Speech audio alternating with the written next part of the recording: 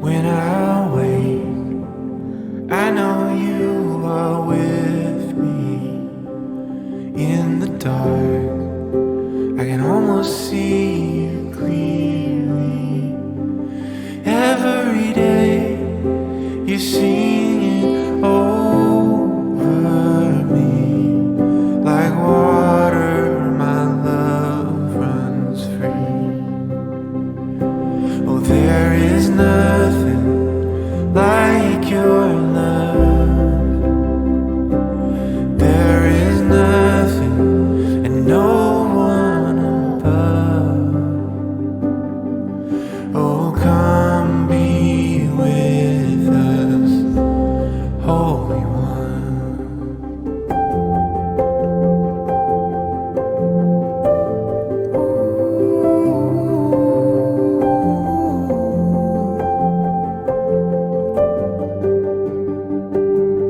In my pain, I know you can feel it.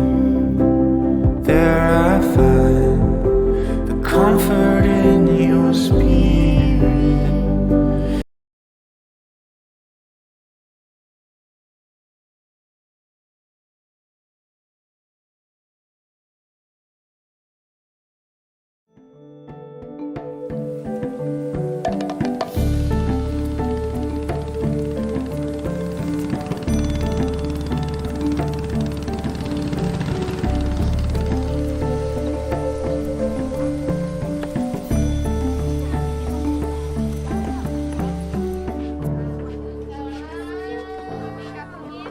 Ya jadi gitu. Pertama kali anunya tuh agak bingung.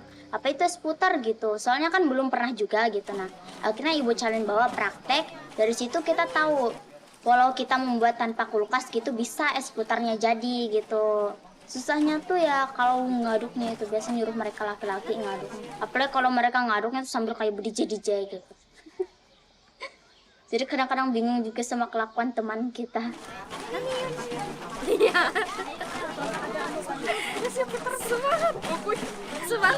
Mereka sambil bermain.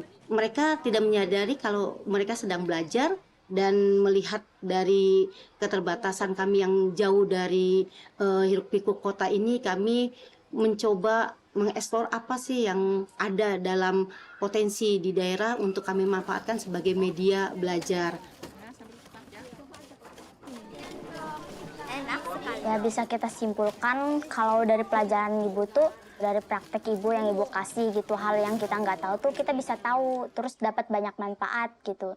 Satuan pendidikan melakukan analisis karakteristik yang menggambarkan keunikan lembaga dan lingkungan belajar. Kemudian di PMM saya mencoba belajar gitu kan, dan fitur-fiturnya sangat membantu kami di dalam kegiatan belajar mengajar di kelas. Termasuk cara membuat es krim yang tanpa kulkas itu sebetulnya ya adopsi juga. Saya pikir-pikir, oh benar juga ini. Kok kami yang di sini apa listrik itu yang tidak stabil gitu kan. Nah, ini bisa dimanfaatin nih anak-anak ketika mau bikin es tetapi terkendala dengan listrik. Nah, ini tanpa kulkas nih kita buat gitu kan.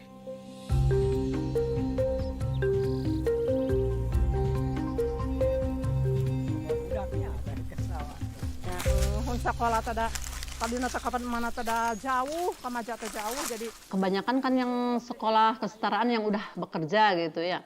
Dengan adanya kurikulum merdeka, wilayahnya seperti gini, pegunungan mungkin lebih diarahkan ke pertanian gitu. Ya contohnya yang digarap sama saya, menanam jagung gitu. Di sini kan Bapak Ibu perannya ada yang sebagai petani, ada yang sebagai pedagang, dan lain sebagainya. Nah, pendidikan kesetaraan ini kan beradanya di masyarakat. PKBM ini bisa hidup ya salah satunya dengan cara bergotong royong dengan masyarakat, dengan peserta didik, untuk sama-sama membangun satuan pendidikan. Kami bekerja sama dengan pemerintah desa. Pemerintah desa Anggrawati ini memiliki lahan kurang lebih 1,5 hektar yang kemudian dipergunakan untuk aktivitas kegiatan belajar, warga belajar PKBM Miftal Huda, salah satunya di pertanian terpadu tadi. Cita-cita jadi guru dulu. Pengennya sekolah tinggi dan tinggi terus ingin menjadi seorang guru. Cuma karena terbentur biaya dan keadaan saya yang disabilitas, udah usia tua masih bisa. Nah disitulah ambisi ingin sekolah gitu. Yang pada akhirnya daftarlah ke PKBN yang di Pagandon. Alhamdulillah pelatihan di olahraga itu nggak siang malam lah gitu kan, masih ada waktu. Jadi mereka memberikan toleran waktu untuk mengikuti pelajaran. Dan saya belajar bisa setelah latihan sore, bisa siang. Lebih fleksibel, lebih nyaman lah. Dalam arti masih ada peluang banyak menurut saya gitu. Enggak istilah ngeluh atau ini repot habis latihan sampai, enggak ada. Karena saya menginginkan benar-benar sekolah tinggi dari dulu gitu. Di pasihan tugas naon aku Bapak Guru di PR kurung bae. bagi kurung. Sabaraha nomor? 5. Kerjakeun sadaya ulah dikantunkeun. Kenapa saya harus sekolah? Ya pokok pertamanya saya buat mendidik anak-anak, kan namanya keluaran SD mungkin jadi mengenal, misal mah ini tuh rumus apaan, ya mungkin bisa ngasih tahu apa itu limit gitu, apa integral, ya alhamdulillah gitu ya, itu dalam matematika. Kalau dalam bahasa Inggris mungkin kalau ada tamu ya nyapa minimal gitu ya. Dalam nyapa gitu mungkin enggak ya bisa jawab gitu sedikit good morning gitu, mungkin itu selamat pagi. Mungkin Pak kalau saya kalau enggak sekolah good morning itu apa, kalau di kampung kan morning itu goreng jagung Pak, mungkin saya maaf ya Pak belum merebus jagungnya gitu, mungkin seperti itu. Tapi alhamdulillah dengan adanya sekolah ya sedikit-sedikit gitu mungkin ya bisa, kalau enggak bisa mengucapkannya juga. Itu yang pertama. Yang berikut ada kelompok nanti yang akan pakai laptop Ibu. Saya pribadi pernah mengalami masuk kelas, di kelas kami itu 32, yang saya paling ingat itu adalah siswa yang pintar dan siswa yang kategorinya males. Itu aja yang saya ingat. Yang tengah-tengah tuh ya udah itu reguler, itu bagi saya udahlah mau apal namanya atau enggak masalah. Tapi setelah kita terapkan kurikulum Merdeka ini, saya kenal mereka one by one, satu persatu. Jadi kadang-kadang kita sebagai guru, saya menyadari itu dulu saya tuh sering punya banyak cap untuk anak. Pemalas, cap yang negatif untuk mereka. Kurikulum ini tuh enaknya kita bisa pendekatan dengan berbagai cara.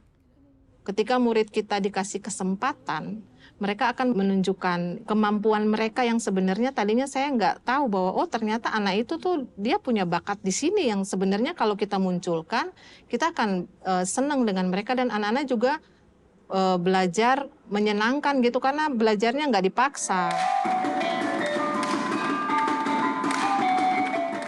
Di sini semua senang musik. Pokoknya yang ada jenis musiknya udah mereka langsung connect kalau ke musik, kalau kami di Maluku.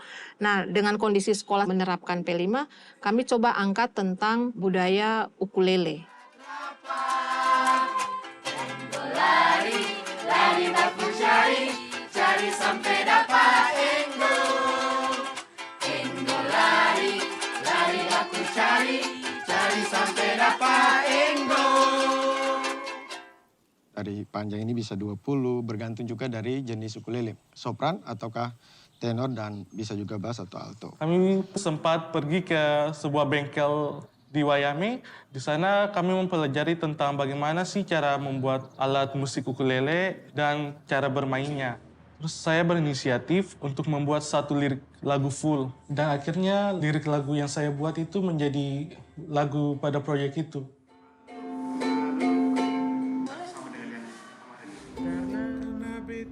P5 sebenarnya kan bukan soal produknya, hasilnya apa, tapi bagaimana menumbuhkan gotong royongnya. Karena di kami ini kan multi etnis dan saya melihat awal-awalnya itu nggak mau kerja sama. Ada semacam sentimen-sentimen yang, saya nggak mau karena kamu sukunya lain, misalnya kayak seperti itu.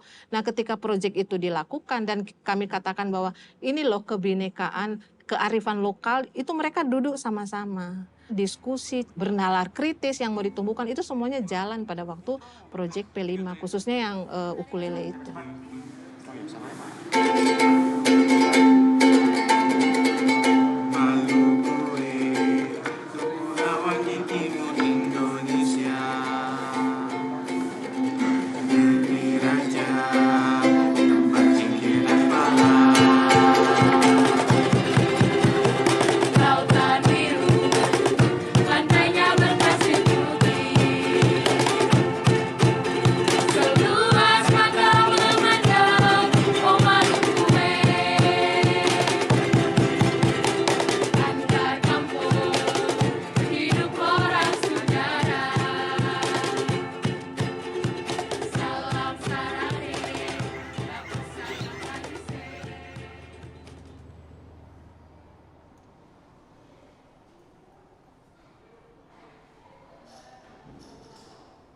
Awal masuk pertama ke sini, kan saya maksudnya kayak belum ngerti apa-apa, bingung, kayak kok teman-teman udah bisa, aku belum gitu ya. Terus dari situ kayak tantangannya, mereka bisa, aku juga harus bisa. Saya tidak tahu kalau busana itu akan menggambar, padahal saya tidak pandai dengan menggambar. Aduh gimana ya, aku nggak jago nih gambar, tapi aku kok masuk busana, udah keterima lagi. Dikasih solusi. Terus habis itu dikenalin juga dengan guru-guru tentang aplikasi. Kamu pakai aplikasi aja gitu. Kalau semisal di manual emang susah. Dulu saya orangnya introvert banget, jadi kayak nggak pengen kenal sama siapa-siapa. Terus habis itu semakin kita bisa bercerita dengan guru, kita bertukar pikiran juga dengan guru. Jadi saya memilih untuk curhat dengan ibu guru nih. Bu ini kok gini ya, sampai nangis juga dipeluk gitu sama ibu guru. Kalau buat pembelajaran ya paling suka itu sama Bu Atun. Kalau lagi ada jadwal buat prakteknya kayak seneng banget. Pasti ada hal-hal baru yang mau dicoba. Mengajarinya tuh nggak harus kayak, kamu harus sama kayak yang saya contohkan.